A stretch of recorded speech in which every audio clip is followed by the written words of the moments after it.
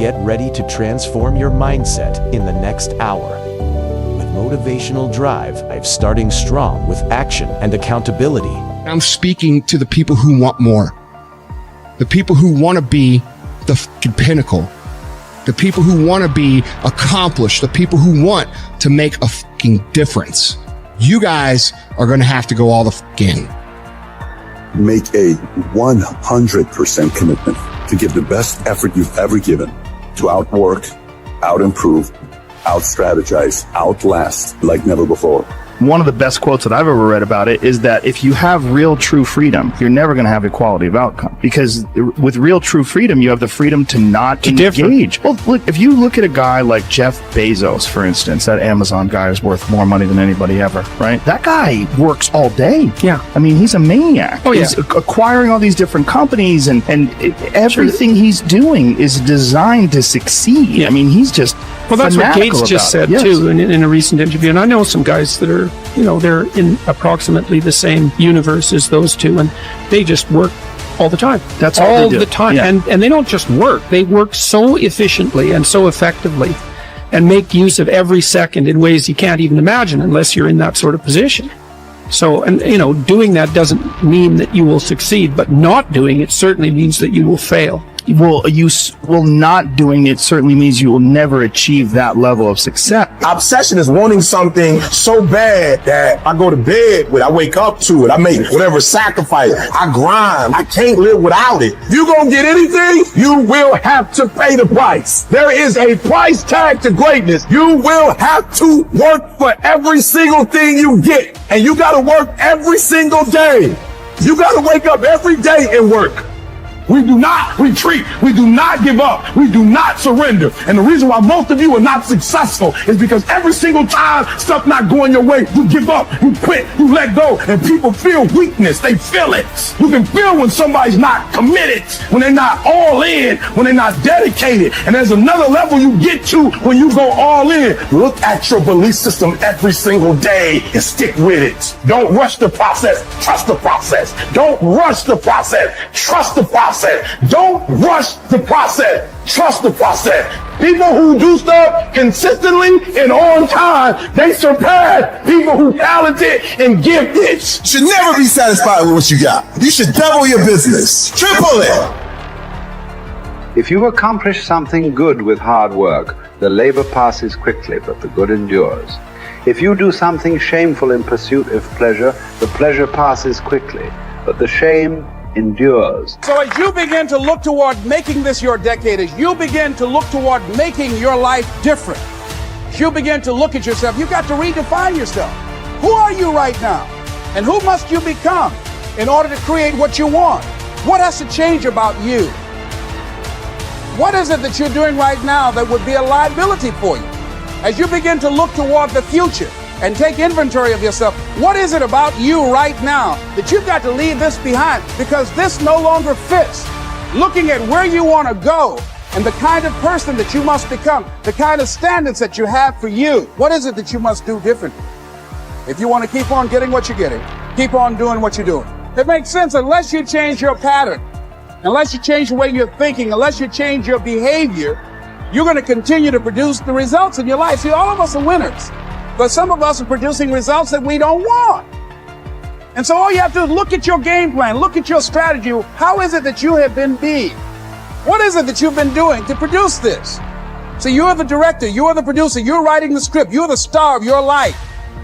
And as you begin to look at your life, you can decide whether or not it's a smash or whether or not it's a flop. That's in your hands. Look at your life, look at where you want to go. Don't worry about your circumstances. Don't worry about your age.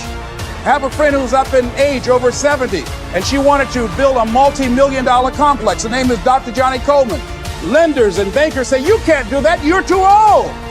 She ignored them. That building now stands, ladies and gentlemen, a multi-million-dollar structure. But there are a lot of people who would have listened to that.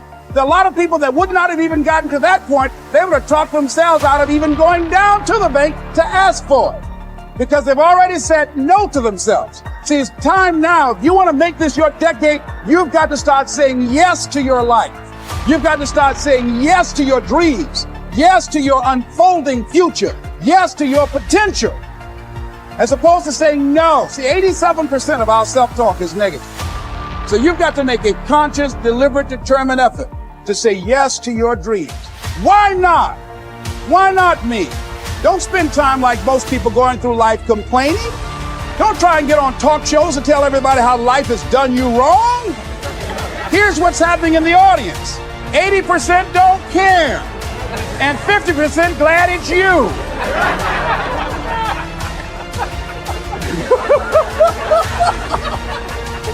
All right? So when you know that, you don't go around crying, you know what they did to me. Who cares? Get away from me before they come back. Even as the sun doth not wait for prayers and incantations to rise, but shines forth and is welcomed by all, so thou also wait not for clapping of hands and shouts and praise to do thy duty. Nay, do good of thine own accord, and thou wilt be loved like the sun. Above all, remember that the door stands open. Be not more fearful than children, but as they, when they weary of the game, cry, I will play no more. Even so, when thou art in the like case, cry, I will play no more, and depart. But if thou sayest, make no lamentation. If you choose, you are free. If you choose, you need blame no man, accuse no man. All things will be at once according to your mind and according to the mind of God. Withdraw into yourself as far as you can. Associate with those who will make a better man of you. Welcome those whom you yourself can improve. The process is mutual. When men learn while they teach, limiting one's desires actually helps to cure one's fear. Cease to hope, and you will cease to fear. Widely different as fear and hoping are, the two of them march in unison like a prisoner and the escort he is handcuffed to. Fear keeps pace with hope. Both belong to a mind in suspense, to a mind in a state of anxiety through looking into the future. Both are mainly due to projecting our thoughts far ahead of us instead of adapting ourselves to the present. I have learned to be a friend to myself, great improvement. This indeed. Such a one can never be said to be alone, but know that he who is a friend to himself is a friend to all mankind. Wild animals run from the dangers they actually see, and once they have escaped them, worry no more. We, however, are tormented alike by what is past and what is done. A number of our blessings do us harm. The memory brings back the agony of fear, while foresight brings it on prematurely. No one confines his unhappiness to the present. For the only safe harbor in this life's tossing, troubled sea is to refuse to be bothered about what the future will bring, and to stand ready and confident, squaring the breast to take without skulking or flinching whatever fortune hurls at it. Count your years, and you'll be ashamed to be wanting and working for exactly the same things as you wanted when you were a boy. Of this one thing, make sure against your dying day, that your faults die before you do. Have done with those unsettled pleasures which cost one dear. They do one harm after they're past and gone, not merely when they're in prospect. Even when they're over, pleasures of a depraved nature are apt to carry feelings of dissatisfaction. In the same way as a criminal's anxiety doesn't end with the commission of the crime, even if it's undetected at the time. Such pleasures are insubstantial and unreliable. Even if they don't do one any harm, they're fleeting in character. Look around for some enduring good instead. And nothing answers this description except what the spirit discovers for itself within itself. A good character is the only guarantee of everlasting, carefree happiness. Even if some obstacle to this comes on the scene, its appearance is only to be compared to that of clouds which drift in front of the sun without ever defeating its light. Is this going to be the year you stop making excuses? I can't, I'm too old, I'm too young, I'm too fat, I'm too thin. I can't, right? I can't. I hear this all the time, all the reasons that you can't do something. Don't tell me you can't. Don't give me excuses. What's the reason you've given yourself why you can't be successful and you can't be better? there are people out here that could be more successful, but you have thought your way into a depression. You have thought your way into gravitating and moving into the direction of anything and anybody that's negative. Everything about your life that you've decided that you want it for yourself is so negative, but yet you're expecting to produce positive results. And it doesn't stop if you don't make it stop. So recognize the excuses are not valid. They aren't. They're trumped up. They're conjured up. They're fabricated. They're lies. And how do you stop the lies? You stop the lies with the truth. And the truth is, you have time. You have the skill. You have the knowledge and the support and the willpower and the discipline to get it done. A lot of you are trying to find inspiration and motivation with a depressed mindset. You're depressed because you're not doing with yourself. You don't find inspiration by not living in the grip of life. You need to live in the grip of life to find inspiration. Put challenges in front of yourself. When you put a challenge in front of yourself and you attack it, that's when you find inspiration. If you want all these things in life and you're just thinking that by some miracle of life it's going to magically happen, you got to wake up. The only way to get what you want in life is to get to work and go and get it. To look at all your adversity and all the excuses square in the face and push yourself out of your comfort zone to achieve what you want. I'm not going to allow things that I have no control over to control me. The only way to go about doing the work is get raw and get intense, get angry and aggressive, and make it happen for yourself. These test days, guys, these are the days that test your qualities. They test your characters. They test who you think you are. They test your fortitude. They test your endurance, your discipline, your grit, your dedication, your determination, your mental toughness, your character. Everyone wants to feel like a winner. And feeling like a winner requires that you win. You get the feeling of the winner by completing a task 100. When you do this repeatedly, eventually you develop the habit of completing the tasks that you begin. When this habit of task completion locks in, your life will begin to improve in ways that you cannot today imagine. In psychology, the reverse is always true. The incomplete action is a major source of stress and anxiety. In fact, much of the unhappiness that people experience is because they have not been able to discipline themselves to follow through and complete an important task or responsibility. If you have ever had a major assignment that you have been putting off, you know what I am referring to. The longer you wait to get started on an assignment, and the closer the deadline approaches, the greater stress you experience. It can start to keep you up at night and affect your personality. But when you finally launch into the task and push it through to completion, you feel a great sense of relief and well-being. It is almost as if nature rewards you for everything that you do that is positive and life-enhancing. At the same time, nature penalizes you with stress and dissatisfaction when you fail to do the things that move you toward the goals and results that are important to you. Pick something, right? Pick something, a nameable goal, and then try to implement it. And what'll happen is you'll learn a lot by trying to implement it. And one of the things you might learn is what a slightly better goal might be. You know, because if you try something diligently and you succeed or you fail, you're going to learn from the effort expended in the detailed implementation of the goal. Is going to inform you. It'll also transform you physiologically. It does that at a very basic level, neurophysiological level.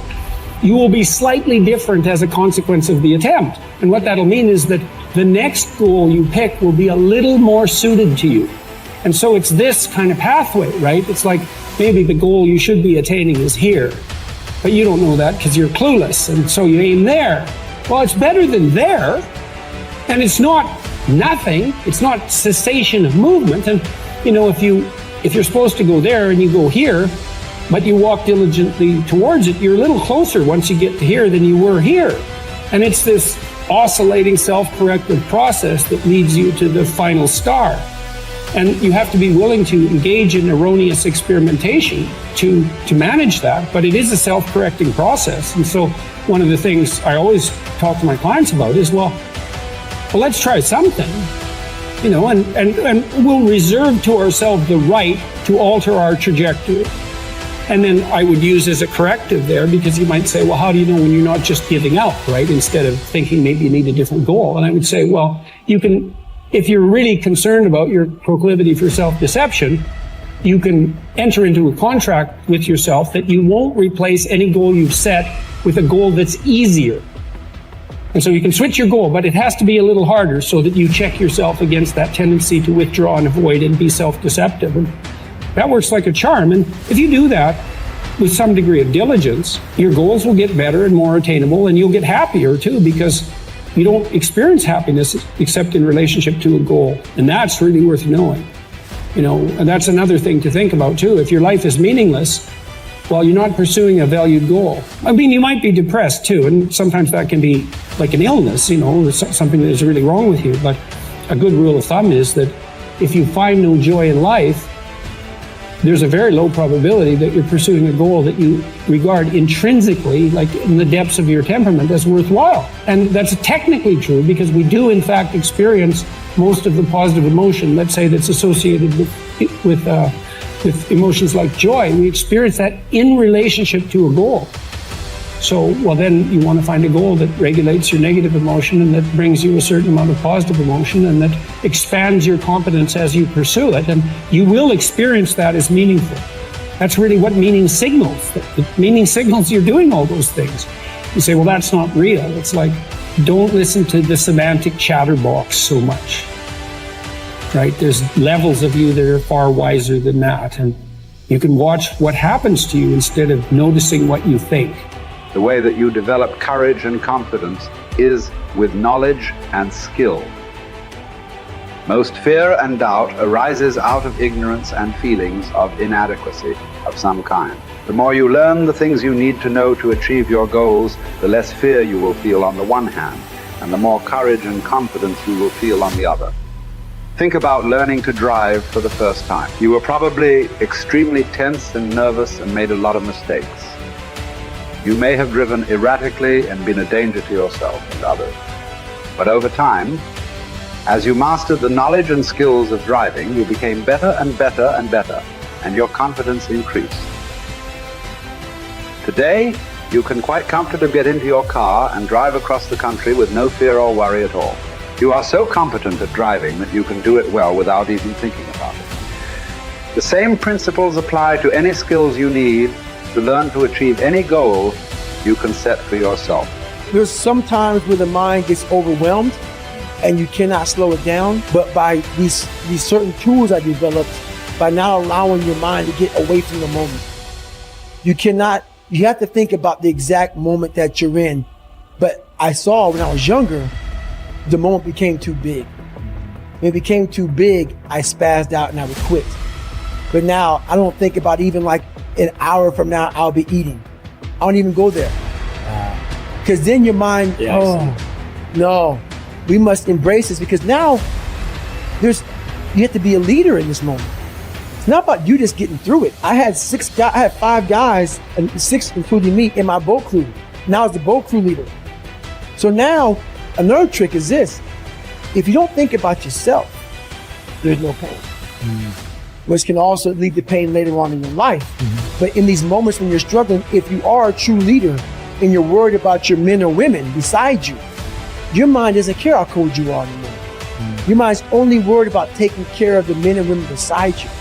So I started realizing, man, if I take care of these cats and I let them right in the worst moments, my mind is no longer thinking about, you're miserable, David Goggins, get the hell out of here. You think about, how is John? How is Andy? How is Sam? How is Pete? Hey, how are you guys doing? You're not thinking about me. So there's so many things you can do to get outside your own head to then allow your body to just be like, hey, we're just a machine. But you have to let your mind be able to process all these different tactics to do that. Take a different vantage point in life. When you are in the hell, you can't see the beauty of being in it when you're in it. Get on top of that mountaintop in your mind. Get on top of that mountaintop and look down on what you're doing. you can see a whole different world. That world is beautiful, but you gotta get a different vantage point in the suck. Don't be in it. Spiritually, get out of it. Get that soul. Look down on what you're doing. Be amazed by the process of where you're at now and where you came from. Mindset mastery and self-discipline. Every single day that we wake up, we have been gifted the opportunity of choice. You can choose to be happy or you can choose to be sad. I don't care what your situation is. You should never allow your situation to define who you are as a person. The outside is the physical manifestation of what goes on inside the brain. Things do not just happen. No one just rear-ends your car. You don't just become broke. Broke is a mindset. Things don't just happen. Your pocketbook is not just below balance or on zero. You're not just overweight, just by chance you're just overweight. Things don't just happen. Your words can trip you. What you say can cause you to stumble. It can keep you from your potential. You're not snared by what you think. Negative thoughts come to us all. When you speak them out, you give them life. That's when they become a reality. When you say, I'll never get back in shape, it becomes more difficult. You just made it harder. When you say, I never get any good breaks, that stops the favor that was ordained for you. If you say, I'm not that talented, I don't have a good personality, that is setting the limits for your life. That is calling in mediocrity. So the recognition that negative thinking and unhappy states actually do nothing to change anything. If anything, they make it worse. So if there's enough awareness and you can suddenly look at that, and then you can ask yourself from the deeper perspective of awareness, do I want to continue to think these thoughts? Is that helpful or good? Do I really want that? Ask yourself, what is my limiting step? What is the one factor that determines the speed at which I achieve my goal, or whether I achieve it at all? Once you've answered this question, you can move on to making a plan for how to accomplish your goals by eliminating this limiting factor. Your ability to identify your limiting step is one of the best demonstrations of your intelligence, and your capacity to eliminate this limiting step is one of the best demonstrations of your overall competence in achieving anything you want. It's our thoughts that are manifesting this world. Now you could say that's a spiritual thing, and now I say not only is it spiritual, now it is fundamental basic science of the universe. And it says then the thoughts are creative. Well, if the thoughts are creative, then who is having the thought? And you start to realize I'm having the thought. Well, then the truth is simple, as Richard Conn Henry said, you are creating this world with your mental activity and your spirituality combined. And then all of a sudden it says, well, then if I'm creating the world, then my original belief that when things didn't go right, I was a victim. The universe wasn't supporting me. You know, it's like, oh, I try so hard and the universe is not giving me things. It turns 180 degrees around. And it basically says this, we are creating this world.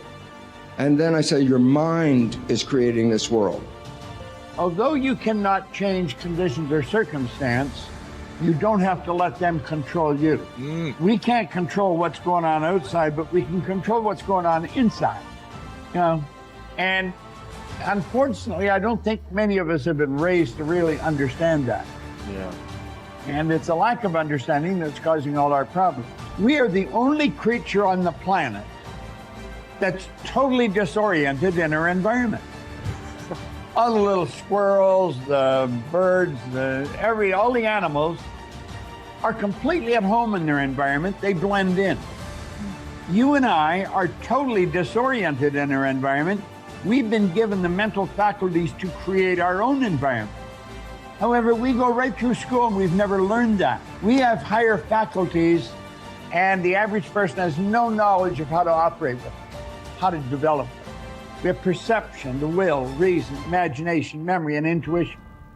Now, those mental faculties, they're not just words, they're actually mental faculties that we can use to take control over our world and to create the environment that we want. But unfortunately, we grow up, we don't know that. We've been raised to live through by what we see, hear, smell, taste, and touch, our physical senses. And we've been raised to be controlled by what's going on outside. As little kids, will you listen to what I'm telling you? Will you look at this? You know, and so it's all outside. We get our report card, and that tells us what kind of student we are. But it really tells us where our mind was at for a few minutes 3 weeks ago. Got nothing to do with who we are. So I think we're raised in ignorance, actually.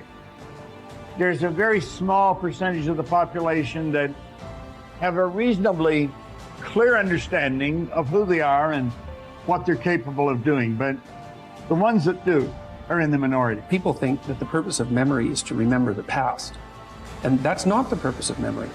The purpose of memory is to extract out from the past lessons to structure the future. And that's the purpose of personal memory. And so you're done with a memory when you've extracted out the information that you can use to guide yourself properly in the future. So if you have a traumatic memory, for example, that's really obsessing you, if you analyze that memory to the point where you figured out how you put yourself at risk and you can determine how you might avoid that in the future, then the emotion associated with that goes away. So memory has a very pragmatic function. And cultural memory is the same thing, is that we need to extract out stories from our past that structure our future. And we need that because, well, first of all, if you don't have a purpose, let's say, it isn't that your life becomes neutral in a meaningless sense. It's that your life becomes characterized by unbearable suffering, because the baseline condition of life is something like unbearable suffering. And what you have to set against that is a noble and worthwhile purpose. And hopefully your determination of that purpose is buttressed to some degree by the wisdom of the past, because you can't conjure something like that up on your own. And if you provide people with nobility of purpose, then they can tolerate the suffering of existence without becoming entirely corrupted by it. And cultures that don't do that, it isn't even so much that they die, it's that cultures that don't do that are dead. They're done. They don't have a story anymore. And they don't have a call to adventure. And then, well, then everyone suffers stupidly as a consequence. It's a very bad thing. So Churchill made the same observation that many of the great psychologists and philosophers made in the early part of the 20th century. It's like, bring the story forward and propagate it and make it the most noble possible story. And then you motivate people to transcend themselves, which they need to do. So, yes, he's exactly right in his diagnosis. In order for us to become abundant, we have to overcome the old personality. And that's 95% of who we are, right? Yes. So then, the side effect of the beginning of this process is a lot of discomfort. It is a lot of discomfort because you're stepping outside the known into the unknown, and now you can't predict. It's scary. No, you'd rather hold on to your lack. The pain, the suffering. Rather tell the story of that. At least it makes you feel something that's familiar. When you step outside and you're saying, I'm not going to complain about money any longer. I'm not going to complain about I don't have any. I'm not going to judge other people who do. I'm not going to say I can. I'm not worthy. It's never going to work. All those things got to go. I'm not going to feel lack. I'm not going to feel unworthy. I'm not going to feel separation. I'm not going to feel resentment. These are the things that are keeping my reality the same. Now it's no longer about abundance, it's about who you become. The most successful people are long-term thinkers. They look into the future as far as they can to determine the kind of people they want to become and the goals they want to achieve. They then come back to the present and determine the things that they will have to do or not do to achieve their desired futures. This practice of long-term thinking applies to work, career, marriage, relationships, money, and personal conduct. Successful people make sure that everything they do in the short term is consistent with where they want to end up in the long term. They practice self-discipline at all times. You see this willingness to sacrifice in people who spend many hours and even years preparing, studying, and upgrading their skills to make themselves more valuable so that they can have a better life in the future, rather than spending most of their time socializing and having fun in the present. Your ability to think, plan, and work hard in the short term and to discipline yourself to do what is right and necessary before you do what is fun and easy is the key to creating a wonderful future for yourself. Your ability to think long-term is a developed skill. As you get better at it, you become more able to predict with increasing accuracy what is likely to happen to you in the future as the result of your actions in the present. This is a quality of the superior thinker. The common denominator of success was that successful people make a habit of doing the things that unsuccessful people don't like to do. And what were these things? It turned out that the things that successful people don't like to do are the same things that failures don't like to do either. But successful people do them anyway because they know that this is the price they have to pay if they want to enjoy greater success and rewards in the future. Successful people are more concerned with pleasing results, whereas failures were more concerned about pleasing method. Successful, happy people were more concerned with the positive, long-term consequences of their behaviors, whereas unsuccessful people were more concerned with personal enjoyment and immediate gratification. The top people were those who were more concerned with activities that were goal-achieving, whereas average people were more concerned with activities that were tension-relieving. But I think one of the reasons why these people have this deep-seated anger and resentment is there's a bunch of people out there that have these lives that are deeply unsatisfying, because I think there are so many people that are working all day long doing something that is deeply unsatisfying and almost painful. Yeah, it's soul killing. Soul killing. They're stuck in traffic all day, and then they're stuck in a cubicle after that. They relish the time to take a in the bathroom and look at their phone. I mean, they literally do that. That's a highlight of someone's day. They get in traffic on the way home. They get home after that. They're watching television, and they're... You ever notice that some people seem to want to hang on to stuff that is bothering them? They're forever talking about it. They don't want to let it go. They've had a failure at something and it's grown. They can't get over it. They just can't get over it. Or somebody said something nasty to them. They don't want to let it go. Do you know what we should do? We should ask ourselves, everything that happens, is this serving me? Is this serving me? And if it's not serving you, get rid of it. You don't want anything in your life that's not serving you, that's not causing you to grow, that's not adding to the quality of your life. I don't care what it is. You will find some people, they just hold on to bad stuff. They hold on to problems. They don't want to seem to let it go. And that adds more problems. Whatever you focus on grows. The only thing that can grow is the thing you give energy to. Why would you hold on to anything that's not serving you? How bad does it have to get? I mean, to what denominator, to what lowest level do you have to reach before people really make up their mind to change? My message is, why wait? I mean, when you're feeling so altered emotionally, you feel so bad, that's the moment you could actually see yourself for the first time, because you're not answering your cell phone, you're not responding to all your texts, you're not watching TV, you're not going out to dinners, you're not calling people back. Something's altered in you, and you're starting to become self-aware, right? I dare you to analyze yourself first, your company first, your character, your behavior, your work ethics. I dare you to analyze it and see if there's any change you can make. See, you cannot manage time, but you can manage activity. You can manage your activities. Make certain that what you're doing really makes a difference. Make certain that you're spending your time on activities that are productive, that are taking you in the direction of your goal. If you think about the person that you want to become, what's that person do every day that you don't do right now? And when you start to do the thing that the person you want to become is doing, you leverage something called behavioral activation therapy. And that is a whole body of research that says when you act like the person you want to become, it's the most powerful way to change a habit. It's even better therapy than talk therapy, because the action proves to your brain that you're becoming that person. You're seeing the change through the action, and so then the brain catches up and starts to relate to you like a person that's confident, or a person who adores their appearance, or a person that celebrates themselves exactly as they are.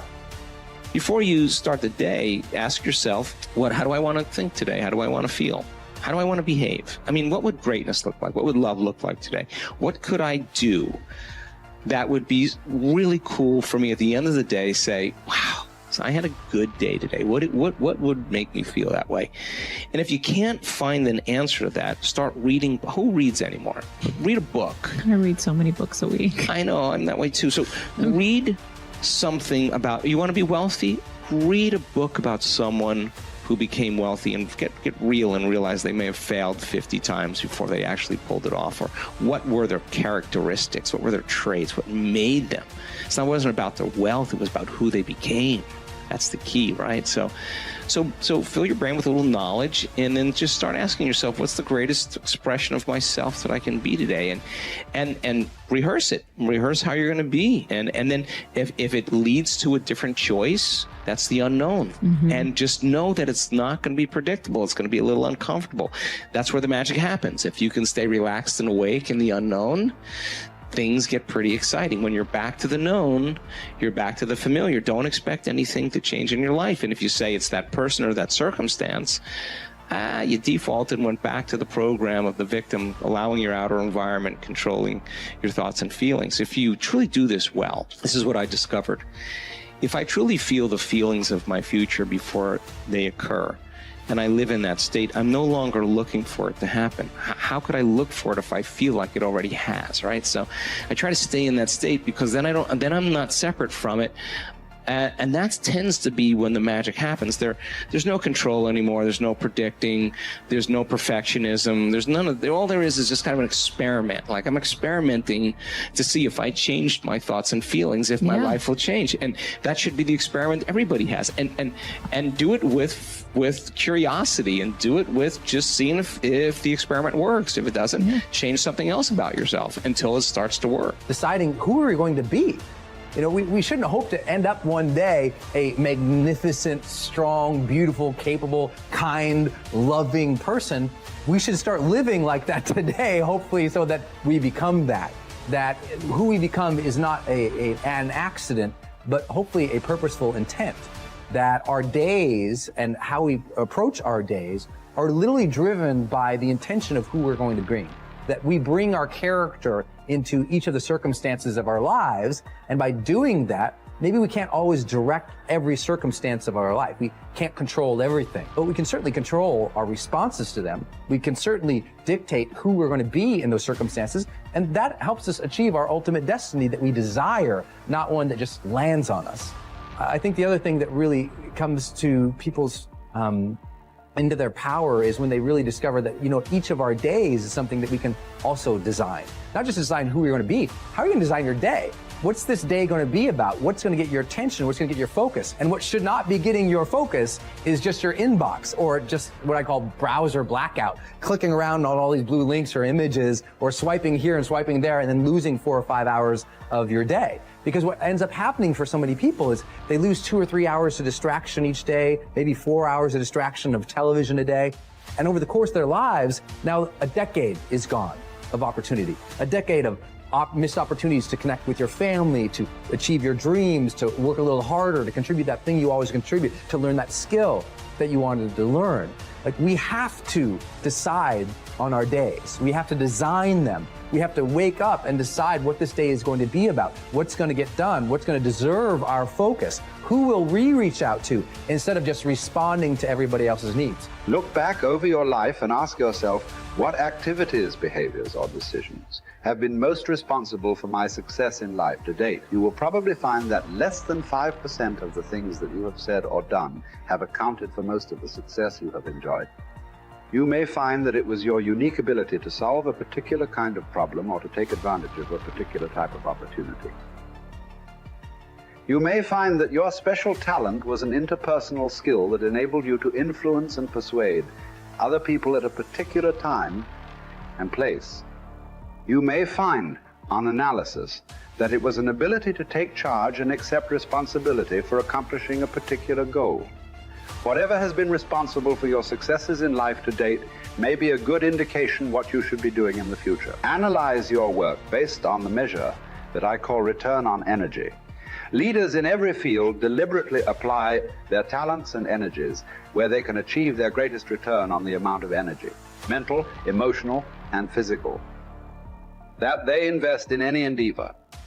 They refuse to take on jobs or work in areas where they cannot perform at exceptional levels. They treat themselves as valuable resources, and they spend their energies very carefully. One of the questions that you might continually ask yourself is this the best possible use of my time and energy? Is what you are doing right now the most valuable thing that you could be doing, given your particular combination of talents and abilities? Often answering this question will help you to see that there is a vast difference between what you are currently doing and what you should be doing if you want to be fulfilling more of your potential. Once you have chosen your ideal job or occupation for this stage of your career, your biggest responsibility is to make the decision to become very good and then to become excellent at what you do.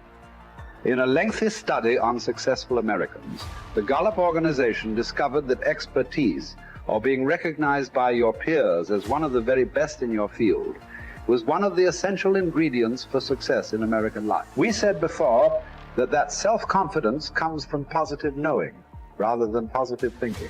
It is only when you know that you are outstanding in your chosen field that you really feel terrific about yourself and that you enjoy high levels of self-confidence. Men and women who are good at what they do and who know that they are good at what they do are very different from those who are only average. They walk and talk and dress and behave differently. They have an attitude of assurance and certainty about themselves that causes them to stand out in any group. They have a deep down sense of self-worth and self-confidence that is evident to everyone around them. The quality of a person's life is in direct proportion to their commitment to excellence, no matter what their chosen field. Every time life runs you to a breaking point, you will give up and quit. You will back away and run. You will say, this is too hard, this is too emotional, this is too stressful, and you will back away. You cannot be a champion until you have survived a breaking point. It's easy to become distracted, especially with all of the chaos that's going on in the world right now. But you have work to do. And so it's important that you keep your focus in the right place. It's important that you keep working towards crossing the finish line. It takes courage to achieve your goals, man. It takes courage to be successful. It's scary. Being like everyone else, doing what the masses do and following the herd, that's easy. It's easy to be comfortable. It's easy not to try. It's easy to give up. It's easy to stand on a sideline and watch while other people with courage go out and get all the for themselves that you want for yourself. Courageous people are those who have a dream and set a goal, they make a plan, and they take the first step with no assurances and no guarantees that their efforts will result in success. But adversity isn't something to fear, it's something to expect, something to prepare for, and something to overcome. The truly courageous person is not immune to fear, but it plays a different role in his or her life than it does for other people. Every successful person you will ever come across has failed big, has failed often, but failure wasn't failure where they gave up. It was where they just learned what not to do and how they can go about it in a different way. They used every experience. How can this teach me about being a better person, to have better, to achieve better, to become better?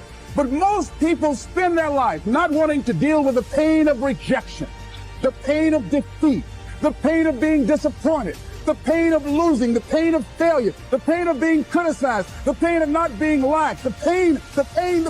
That's called life. Don't react against a bad situation. Merge with that situation instead, and the solution will arise from the challenge. Because surrendering yourself doesn't mean giving up, it means acting with responsibility. Now, don't get me wrong, fear is always going to be there, all right, no matter how hard you work, but you've got to start fighting back.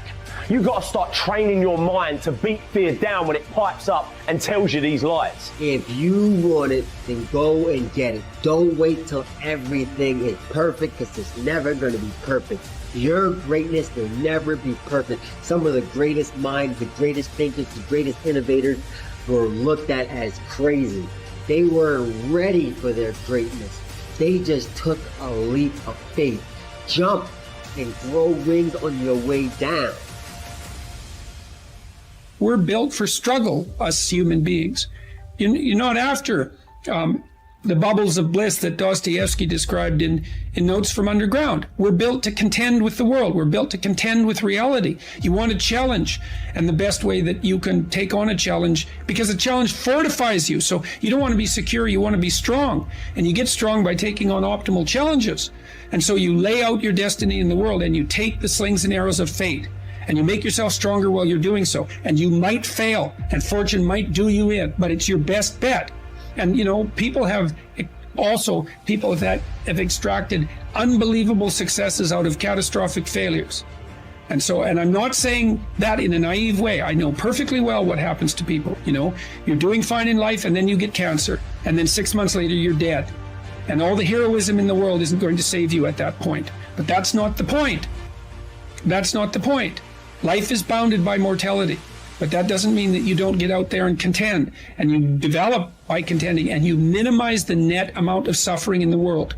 And that's something, man. That's something to do. So occasionally, and this is true for everybody, if you live long enough, life will come for you at some point, right? Like something's going to happen. So occasionally life will stress you. But when life doesn't challenge you, I think it's important to challenge yourself, because otherwise you're just living in this optimal environment, air conditioning, and everything else is super easy. You can get all the information in the world at your fingertips. You never have to if you think about how crazy just eating is in the modern world. So previously, when we lived in tribes, you had to expend energy to get calories. At a minimum, you were foraging for berries, but otherwise you probably had to run something down and kill it, or part of a group hunt, or all kinds of other things. Now you can get calories without expending any. All you have to do is just tap Uber Eats on your phone or something, and it'll show up at your door, and you can just sit on the couch, which is, of course, a recipe for poor health, but also the game has completely changed now. We've transcended a lot of our evolutionary programming and natural situations. And so you need to be careful about designing that to serve you rather than to work against you, because it can very easily nudge you in the other direction. Dare to go forward. Winston Churchill once said, courage is rightly considered the foremost of the virtues because upon it all others depend. Courage is the chief distinguishing characteristic of the true leader. It is almost always visible in the leader's words and actions. It is absolutely indispensable to success, happiness, and the ability to motivate other people to be the best they can be. Follow through on your vision. In a way, it is easy to develop a big vision for yourself and for the person you want to be. It is easy to commit yourself to living with complete integrity. But it requires incredible courage to follow through on your vision and on your commitments.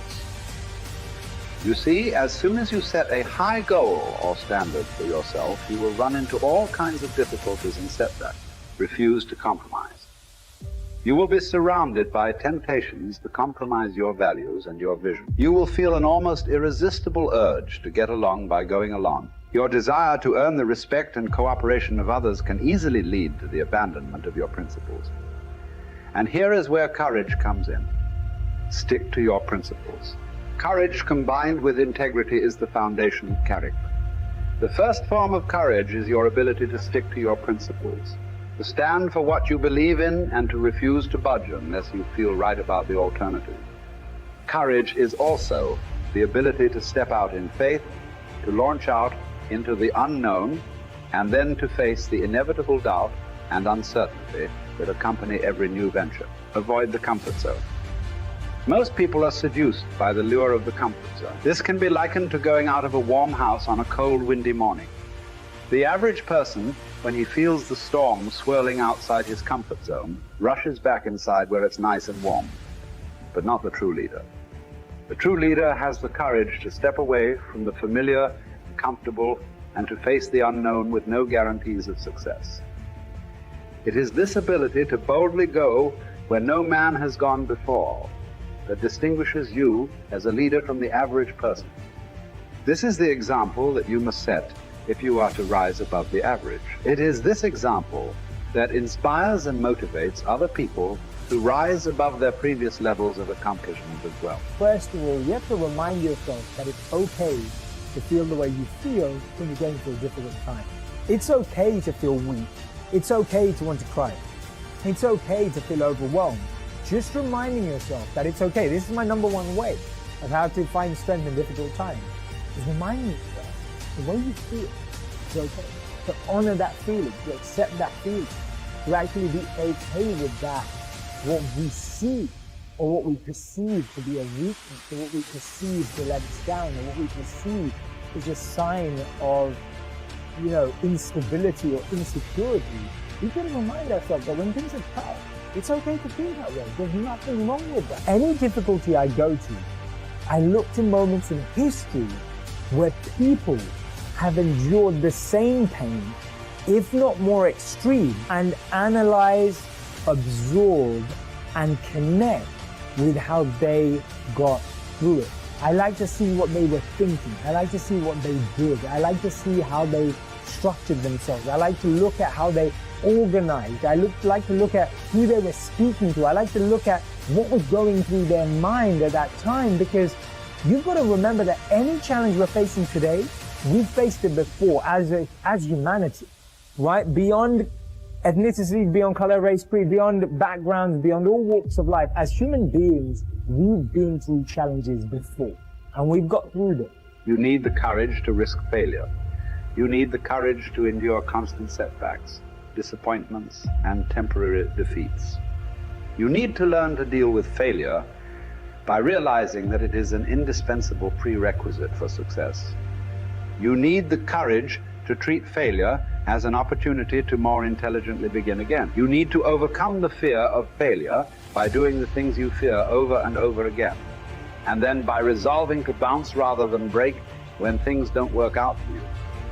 You need the courage to turn toward danger continuously. Identify all the fear situations in your life that cause you stress or anxiety today. Decide what the worst possible outcome of each of these situations might be. Resolve to accept the worst, should it occur. And then take action to resolve each of those situations. Refuse to allow a fear situation to remain in your life, dominating your thinking and emotions and holding you back. You need the courage to be willing to make mistakes and learn from them. All peak performers continually make decisions, make mistakes, learn from them, self-correct, and carry on. Drive, ambition, and relentless effort. We are most alive, we have the most energy, we are most intimate with our best selves when we're progressing towards our mighty mission. I think what's happened on the planet right now is there's been a great seduction and a great brainwashing. When we are kids, we want to be astronauts. We want to do all our dreams. And we're full of curiosity, and we're loving. And we're passionate, and we're strong. We're not afraid to be ourselves. But as we leave the perfection of childhood, the hypnosis and the brainwashing begin. Be reasonable. So that's our nature, but our parents give us limitation based on their limited psychology. And don't sing too loudly, don't dream too big, don't be too passionate. As we've left who we truly are, we've contracted. And now it's all about staying safe in the world versus going out there and letting our brilliance, our primal genius shine. And a lot of people just have stuffed that pain of disappointment and their doubt really deep inside. And they just are addicted to distraction and escapes because they don't want to deal with their potential that they've denied. What's the most important key to success? I think it's hunger. It's not getting satisfied. A hunger that doesn't go, a hunger to learn, a hunger to grow, a hunger to serve, a hunger to give, a hunger to create breakthroughs. Most people are hungry till they make a certain amount of money and then they get comfortable. And there's nothing wrong with that, but it's not about the money. It's not about the business. It's about your growth. Because every one of us either grows or dies. People ask me all the time, what does it take to be happy? I say one word, progress. Progress equals happiness, because achieving a goal feels good for how long? A week, a month, 3 months, and then there needs to be something else. And the reason for something else is because you gotta grow. I want to find more. All I can. And in that sack of you have to dive in that to find more. Because if you're not willing to go in there and face yourself, you're not gonna find anything. You can live right here on surface, man, right here on surface. So if there is an ending to this world and there is somewhere to go and there's a judgment, you're gonna get there and you might see a chart. And that chart might tell you who you should have been. And now you get the rest of your life to think about that. Now I could live a much better life. I just would have just suffered a little bit more. Success is not going to show up at your front door and knock on it and say, here I am. It's not coming to look for you. In fact, success is not thinking about you. Success is already doing its job. You got to be willing to do your job. Each and every day that you are breathing in this world, each and every day that you are doing something in this world, you should be focusing on getting better, not worse. You should be understanding that, hey, I can't be this same person on a day in, day out type of way. I got to keep focusing and going further and going harder and going stronger and pushing myself till there's nothing else left to push forward. So now's the time for you to hit the gym of your life and start exercising your self-discipline muscle. No more talk, no more excuses. From this moment forward, it's all about massive execution. Will there be days that you don't feel like it? Yes. Will there be days that you want to stop? Yes. Will there be days that you want to give up? Yes. Will there be days that you want to quit? Yes. Listen to me. Quitting is never an option. We've all bought into a lie. We've bought into a lie that confidence is belief in self. And so when you're in a situation which is normal, where you don't believe in yourself, you're like, oh my God, I have no confidence. The truth is, and I want you to walk out of here with a new definition of confidence. Confidence is the willingness to try. Because when you try and you take action, what happens, and what's happened for France, is that when she sees herself taking action, what happens is she sees herself being the kind of person that takes action. So she has evidence that she can rely on herself. And that action is what builds confidence. It doesn't start with belief. The real way for most of us is not to wait to believe, but to push ourselves to act. And through the action, you will build the belief. We're built to walk uphill. And when you reach the pinnacle of the hill, you want to stop and appreciate the vision, but the next thing you want is a higher hill in the distance, because it's the uphill climb that it's from the uphill climb that we derive our value. And I mean this technically. So almost all the positive emotion we feel, especially the emotion that fills us with enthusiasm, and that's to be filled with the Spirit of God, by the way, because that's what enthusiasm means.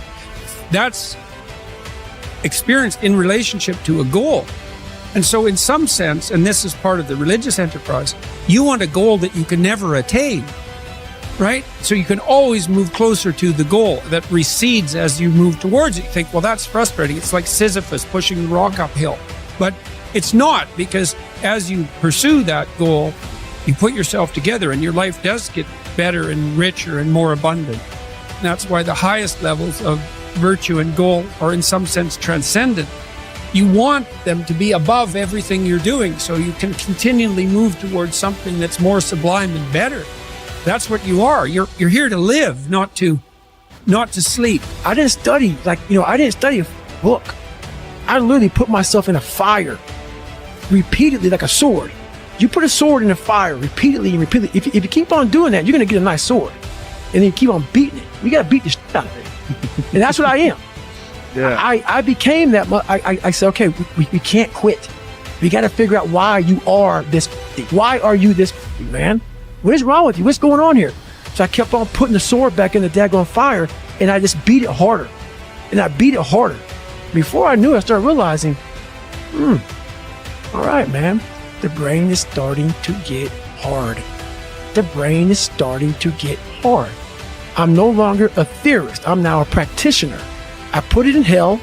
I dissected it while it's in hell, because you can't dissect anything in a normal environment. You can't dissect anything in 72-degree weather. You must put it in the freezer and freeze the f out of it. And then you dissect it. Dissect it when it's miserable. Dissect the brain when all it's thinking about is, I need to get out of here, man. I want to get out of the f***ing freezer. Open the door. And you said, nah, 5 more seconds, man. 5 more seconds in the freezer. And that's when you start to pick that brain apart. And that's what all this stuff did to me. I kept on putting myself back into the freezer or the fire and beating the out of myself, mentally and physically. Before I knew it, this is what happened. Ralph Waldo Emerson believed that anyone who had put their heart and soul into their work and had done their very best could hold their head up high. Merely talking about it or only putting in a modicum of effort wasn't good enough in his mind. It was all or nothing. He believed that doing your best was an admirable quality, and that although you might not always be successful, knowing that you had done all you could was often all that mattered. At least you could look yourself in the eye. This ethos is central to many youth movements, such as the Scouts and Guides, and is a great philosophy for life in general. Indeed, doing your absolute best in everything you do is something that we should all aspire to, and it doesn't matter if it's at school, university, work, or home. If you think about it, doing your best is also central to self-reliance, because it allows you not only to test your capabilities, but also helps you to learn and therefore extend them. It's only when you are at the edge of your ability that you can really test your mettle and see just how much you can depend on yourself. Only ever working inside your comfort zone or doing just enough to get by may be easy, but is rarely rewarding. And it never allows you to develop into a fully rounded person or realize your full potential. The following quote from Theodore Roosevelt sums up the essence of Emerson's point.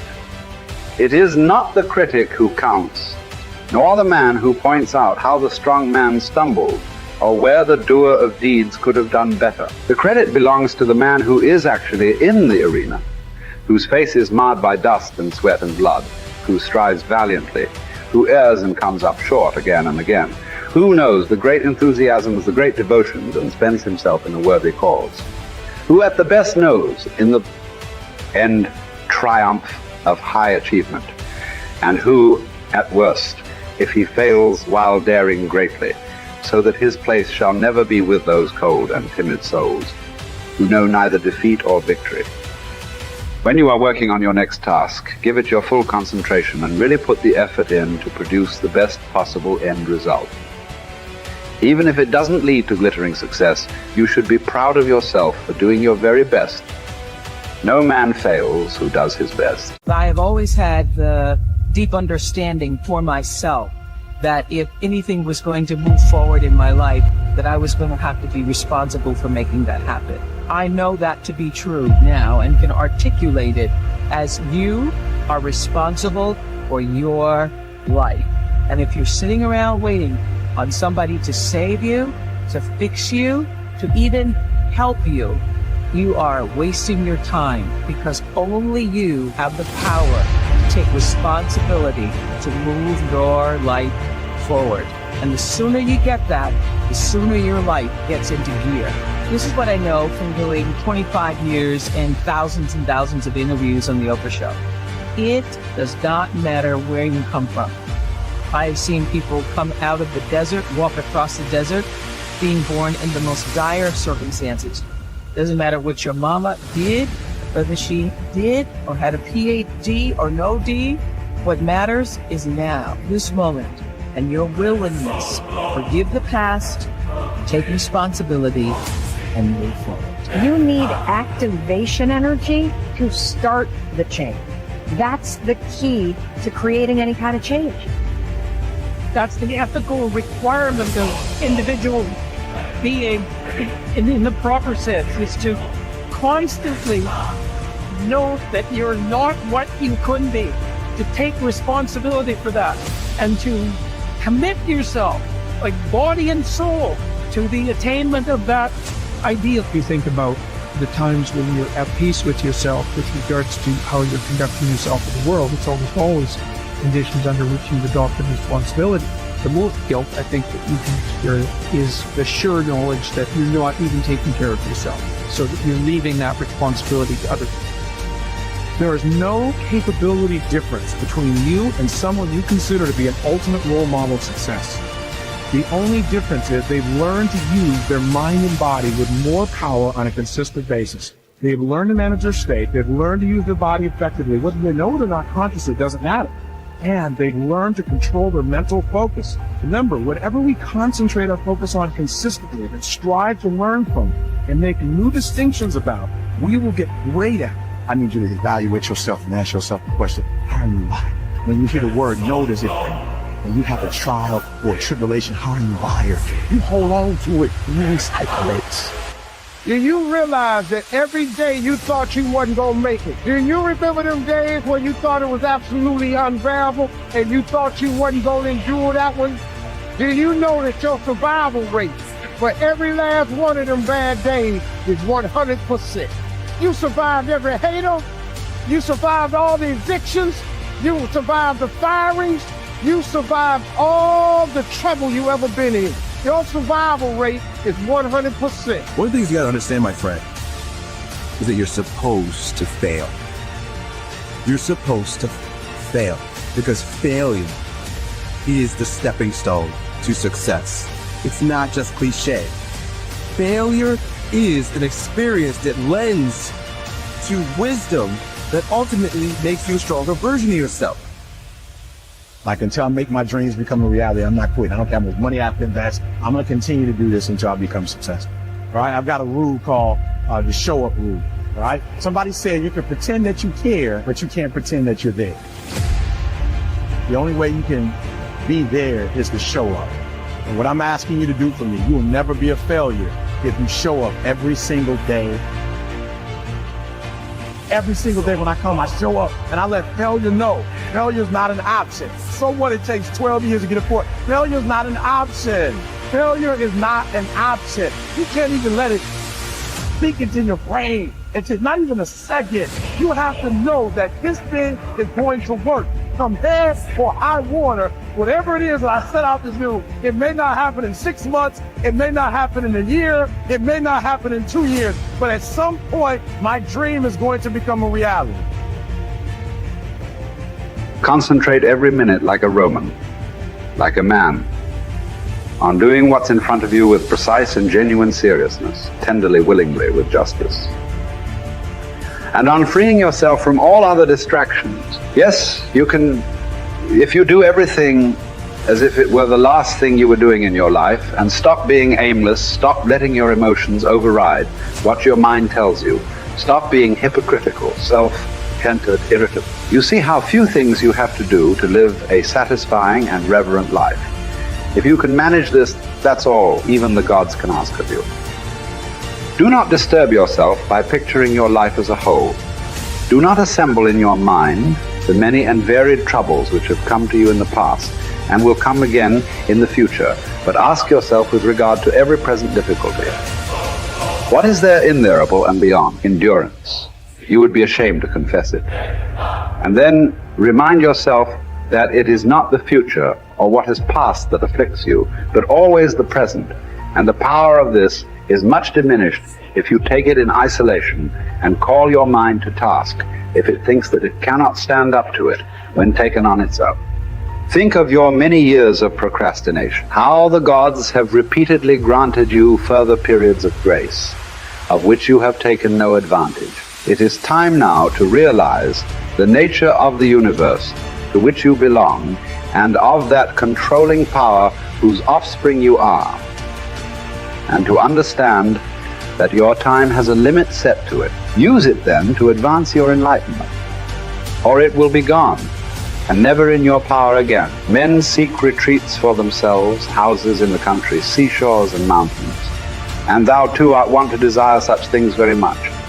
But this is altogether a mark of the most common sort of men, for it is in thy power whenever thou shalt choose to retire into thyself. For nowhere, either with more quiet or more freedom from trouble, does a man retire than into his own soul, particularly when he has within him such thoughts that by looking into them he is immediately in perfect tranquility.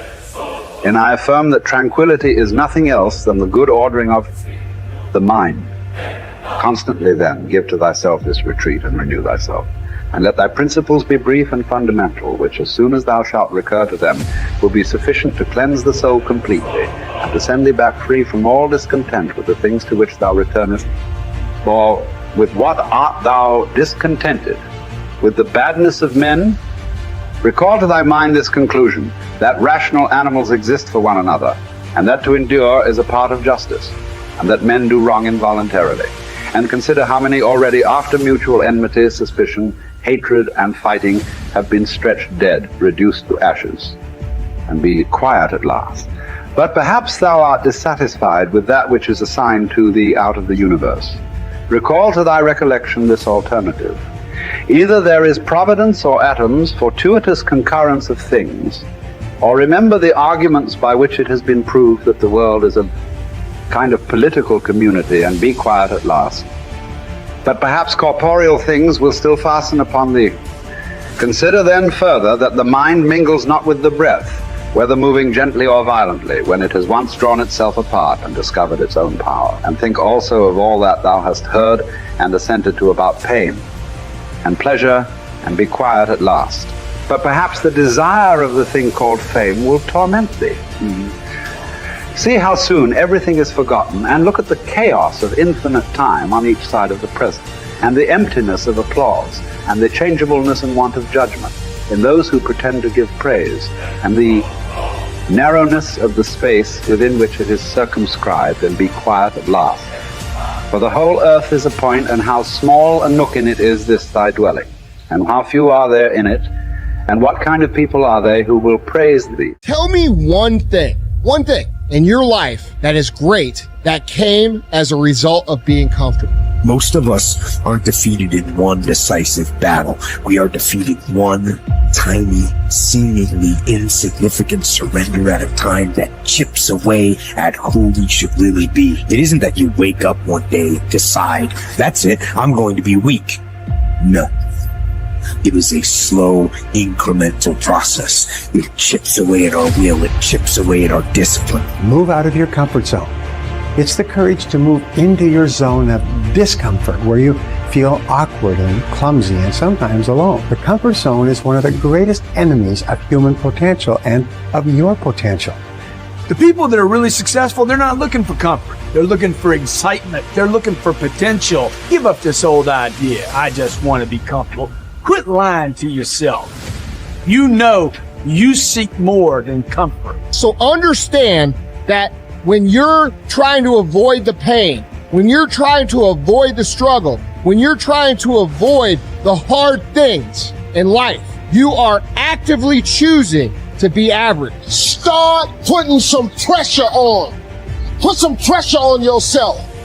Get out here and get about it. Once you figure out that you're in a race amongst billions of people that live in this world, you're in a race by yourself. You have a purpose, and it's your purpose, not everybody else's purpose. It is your purpose and only your purpose, and it's your race. That means you are persistently bigger than your excuses. You are persistently bigger than feeling lazy. And you are persistently beating the feelings that typically stop you. Stop coming up with excuses. Don't give yourself permission to continue to live a small life. You can't fit a big dream into a small life. Give yourself permission to go for it, to test yourself, to challenge yourself, to live full. When the sun comes up, you've got all the books, you've got all the tapes, you've got all the access. Now it's time to hunt. And what separates you from everybody else is that when it's time to hunt, you're ready to hunt. What I've come to appreciate when you're working on changing your life, changing some bad habit, getting out of addictive situations or relationships, or working to build a dream or making a difference in our society, it's hard. There are going to be all kinds of challenges that we all must face. You cannot live in this world without a challenge. You cannot live in this world without a struggle. Greatness is right on the other side of pain. So what are you running from it for? You say you want to be successful, then push through it. Stop making excuses and go get it. The lack of self-discipline is the major cause of failure, frustration, underachievement, and unhappiness in life. It causes us to make excuses and sell ourselves short. Perhaps the two biggest enemies of success, happiness, and personal fulfillment are first the path of least resistance and second, the expediency factor. The path of least resistance is what causes people to take the easy way in almost every situation. They seek shortcuts to everything. They arrive at work at the last minute and leave at the first opportunity. They look for get rich, quick schemes and easy money. Over time, they develop the habit of always seeking an easier, faster way to get the things they want, rather than doing what is hard but necessary to achieve real success. The expediency factor, which is an extension of the law of least resistance, is even worse when leading people to failure and underachievement. This principle says people invariably seek the fastest and easiest way to get the things they want, right now, with little or no concern for the long-term consequences of their behavior. In other words, most people do what is expedient, what is fun and easy, rather than what is necessary for success. Every day, and every minute of every day, there is a battle going on inside of you between doing what is right, hard, and necessary, like the angel on one shoulder, or doing what is fun, easy, and of little or no value, like the devil on your other shoulder. Every minute of every day, you must fight and win this battle with the expediency factor and resist the pull of the path of least resistance if you truly desire to become everything you are capable of becoming. And then when you see people take on more responsibility and decide that they're going to aim up and confront their suffering honestly and forthrightly, that their lives get better and the lives of people around them get better too. And so that's very strange as well, because it also means that the pathway to less suffering is through suffering, right? And that would be hopeful if the world was constituted that way. It's like, well, there's suffering. How do you make it worse? Run away. How do you make it better? Confront it. Yeah, but it's suffering. It's like, yeah, but it's there. There it is. It's right there. It's a precondition for existence or something like that. And it's like you have something important to do as well. And you confront it, and that's the pathway to transcending it. We need to figure out, like, now, today, what is, the best way to live your life? What is there's got to be ways you can be putting forward the most positive energy. I mean, we know objectively what's causing pollution. We know objectively what's causing birth defects, and we're taking in too much chemicals and not enough vitamins. We know objectively all this stuff. We know how to organize our world, and yet we don't do it. We know how to organize our health, and yet very few people do it. We know all these things. The right path to being a happy, healthy person is to do all the shit that we already know you're supposed to do. Take care of your body, take care of your health, take care of your mind, your stress, meditate, be kind to people. We all know that. I mean, you ask anybody, they know how to get by and to be the most evolved version of you that you can be. I mean, it's not like a magical checklist. If you talk to people about it, you said, okay, here you got a person, you want to improve them. What are the things you're going to do to them? Okay, well, if I was a life coach, the first thing I would say is this guy's got to get on a diet that makes it healthy. I don't mean a diet just to lose weight. I mean just healthy foods in your body. Many, many vegetables. Start working out your body and get a better sense of how this machine feels when it's moving, it's flowing better, there's less tension in it, your mind feels relaxed and you enjoy every single moment of the day better. Step one, everybody knows that step, right? What's step two? Be cool to people. Be nice to as many people as you can. Smile at as many people as you can. Have them smile back at you. Tip well when you go to restaurants. Just do the most you can. Be as nice as you can and just still manage to not have people walk all over you. Just get through this life as nice as you can. The average human is capable of unbelievable improvement. That's the thing that's my superpower. I don't think I'm special. I just realized in looking at the science that humans actually are capable of this incredible amount of change. It is the strategy that our species took to be able to pass knowledge on through culture rather than having to have everything be instance. And in having that layer where we can drink in the culture and read books and learn from other people. And, even now we're all learning from things that people thought thousands of years ago and wrote down. It's insane. It travels through to you, and all of that wisdom stored in culture, so that as your parents are teaching you things, they're actually encapsulating a ton of the wisdom that is endured, whether it's endured from religion or books or whatever. You're bathed in a culture that is giving you all of this incredible information. And so recognizing how powerful and potent that is incredibly meaningful. But you have to understand that you have to allow yourself to believe that you can learn from that culture in the same way that everybody else can. And that's what you're designed to do. Now, for me, that completely gave me the confidence, and I put confidence in air quotes because it's not like I believe something specific about myself. I just believe that the human animal is capable of this extraordinary change. And so now I just needed to point myself in that direction. Now, this is the key. Once I realized that I could get better at anything, it dawned on me that how I spend my time is a spiritual consideration. And I didn't want to die with potential that I failed to turn into skill set. That to me, that speaks to me. How much of my potential can I actually turn into skill set and get good at this stuff and push and grow and improve? Like that to me is just this incredibly intoxicating.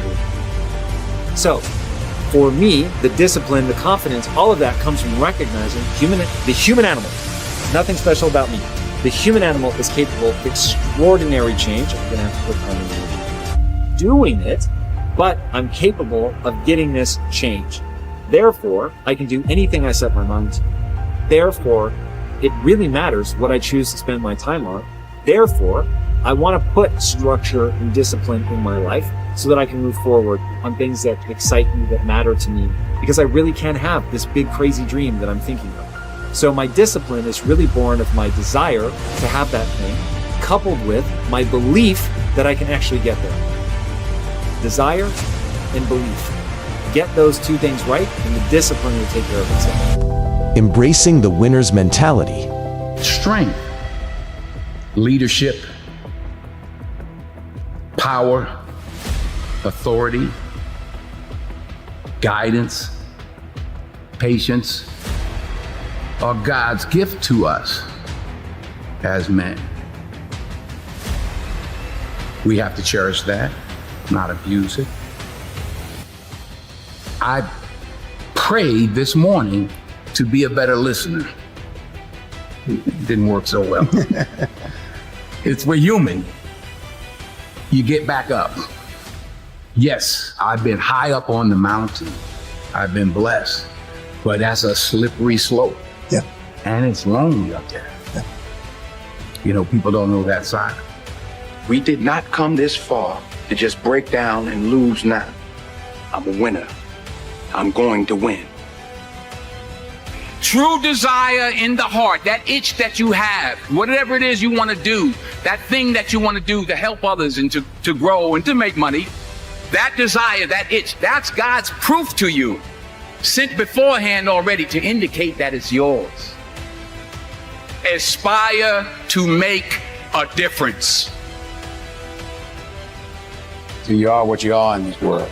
That's either one or two things. Either with somebody or you're nobody. Never give up. Without commitment, you'll never start. But more importantly, without consistency, you'll never finish. It's not easy. If it were easy, there'd be no Denzel Washington. So keep working, keep striving, never give up, fall down 7 times, get up 8. Ease is a greater threat to progress than hardship. So keep moving, keep growing, keep learning. See you at work. While it may be frightening, it will also be rewarding. So you got to get out there.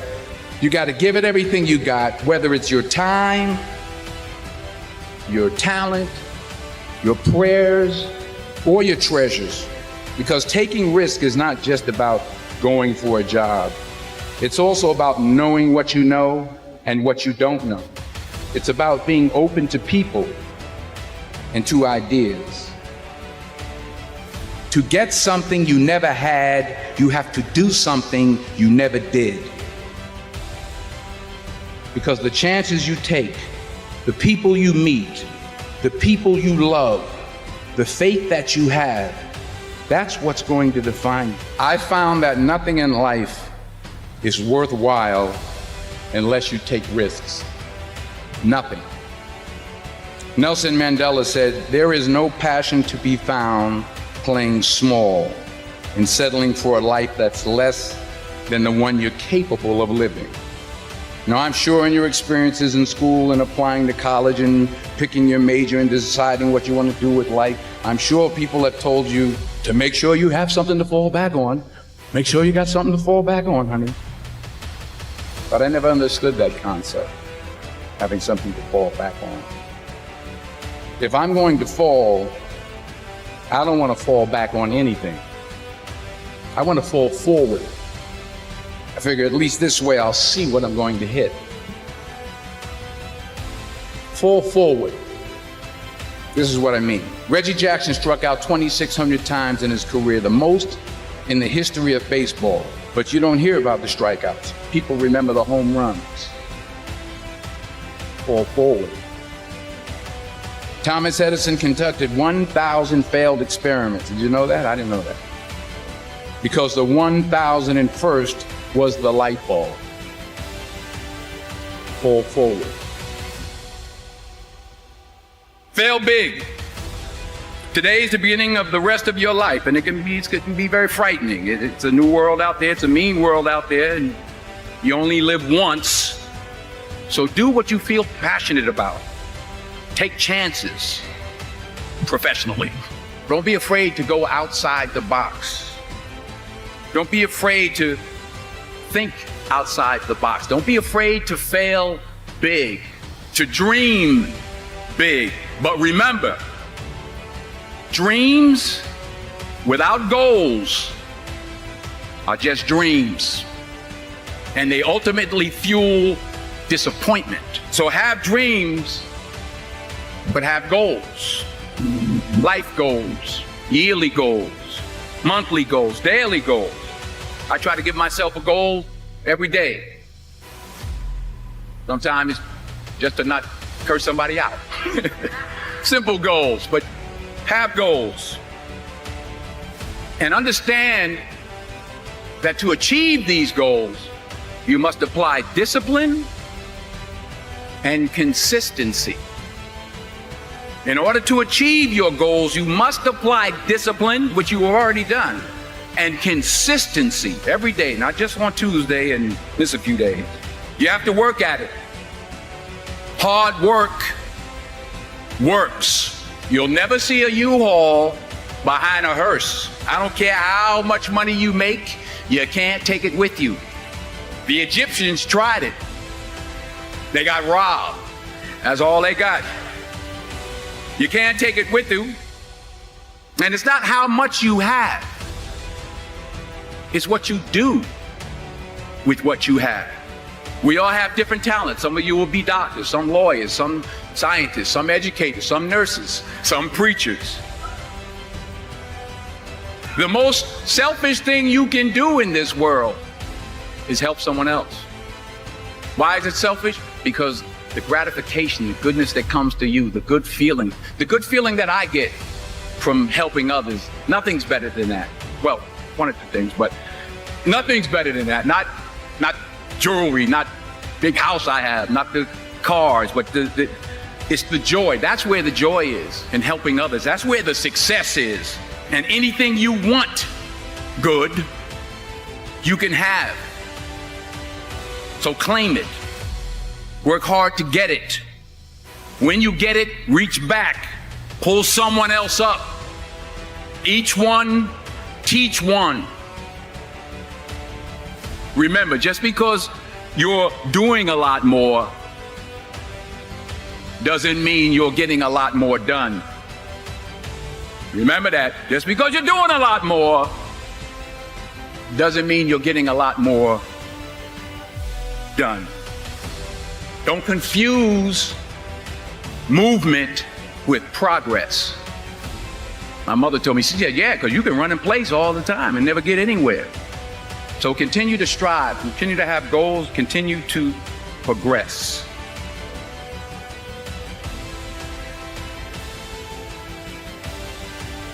No one said that the path is going to be easy. And it's not.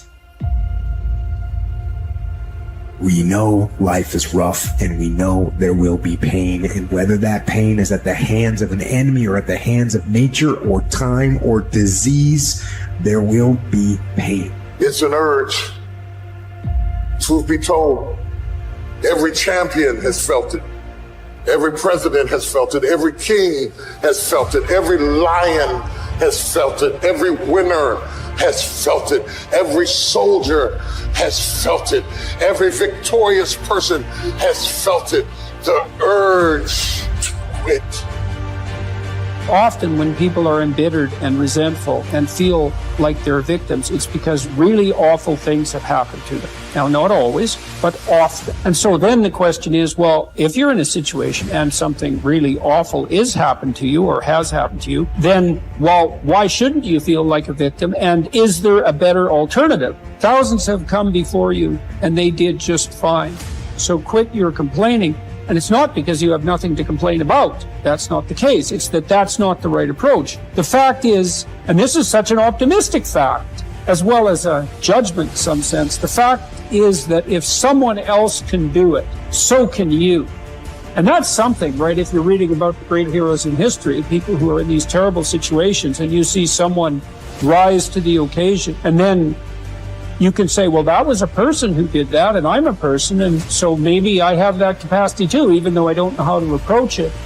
Don't allow that inner doubt in you to tell you why you're not good enough. You ignore that inner voice and all of the external voices. Don't judge the possibilities for what you can do based upon the circumstances, because the circumstances won't determine who you are. Doesn't matter how many mistakes you've made. Doesn't matter how much money you've lost. In fact, I see it only as an investment of what you learn from life. You don't stop when you're tired. You stop when you're done. You stop when you complete it and you execute it. This way you start separating the successful from the unsuccessful. Just because it says trial on the package, or tribulation on the package, or pain on the package, it don't mean it ain't a blessing inside, and most of you turn around when you see pain.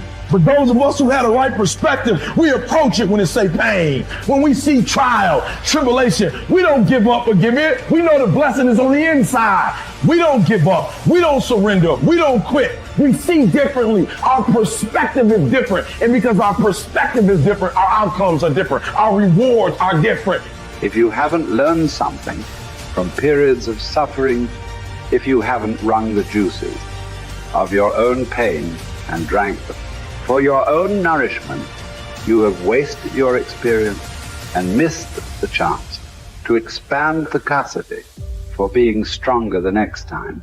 That these seasons arrive at your door. My mental outcomes were a consequence of my habits, and my habits were a consequence of my choices. It is true that character is to some extent innate. Our genetic makeup imbues in us certain proclivities. But it is as true that character is mostly a consequence of choices. We all make them, and we should make them deliberately with the knowledge that these choices are part of our responsibility toward a purpose other than our own selfish aim. That responsibility is to your family, friends, community, and country. You have purpose in this life. God has you here for a reason. You may not know it, but He does. Your job is to find it. No one else can. You need to understand that your purpose may be great in the eyes of the world, or it may be commonplace and seemingly small. Your purpose might be your family, your children. Your purpose might be tutoring a child and changing their life. Your purpose might be the business you started. Your purpose might be cleaning up your block.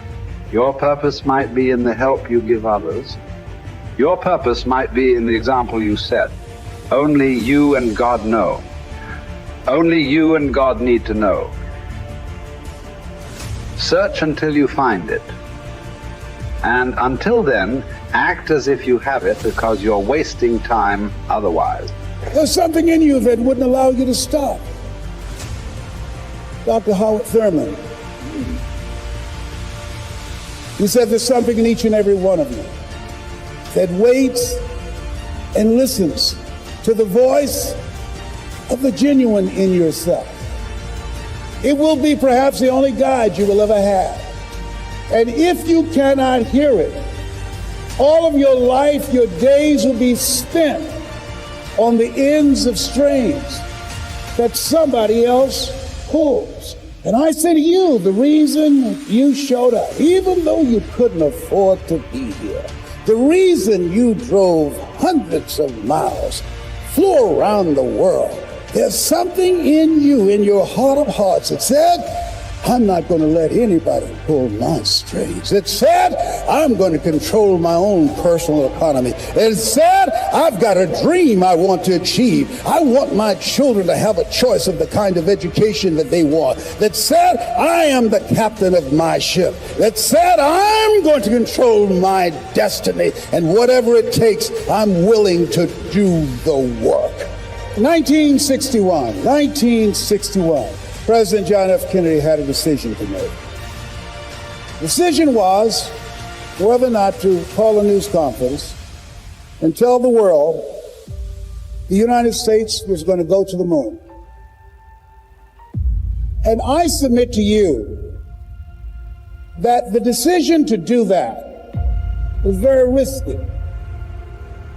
And what governed his thinking is what governed your thinking when you decided, I'm going to do this. See, the technology did not exist. The answer of what will it take did not exist. No one had ever done it before. But he made a decision. He looked at Werner von Braun, the most brilliant scientist of that day. And he said, Warner, what will it take for us to go to the moon? And he spoke 5 words. And those 5 words, I think, is what governs most entrepreneurs. Those 5 words, I think, is what give people like you the courage to pursue their dreams. Those 5 words is what I think people who are pioneers, people who are breaking new ground, make decisions on. He said, what will it take for us to go to the moon? And the response was, the will to do it. As you look at yourself, as you look at your business, what will it take for you to increase your business? The will to do it. What will it take for you to become more powerful in your presentation skills and be able to increase the number of people, to quadruple your business? The will to do it. What will it take for you when others are quitting because of the rejections, when others are stopping because they just become so discouraged and they have creditors breathing down their neck and they have family members and friends telling them they're a fool? What is it that will allow you to have the mental resiliency to keep on keeping on, to keep your commitment to your commitment? The will to do it. Every time I say it and ask you a question, I want you to say the will to do it. What will it take for you to build your business? What will it take for you to increase your recruiting? What will it take for you to bring out the greatness in you and to make your mark? What will it take for you to become a high achiever and to bring out the billionaire in you? Shake someone's hand on your right and left and say, I've got the will. I've got the will.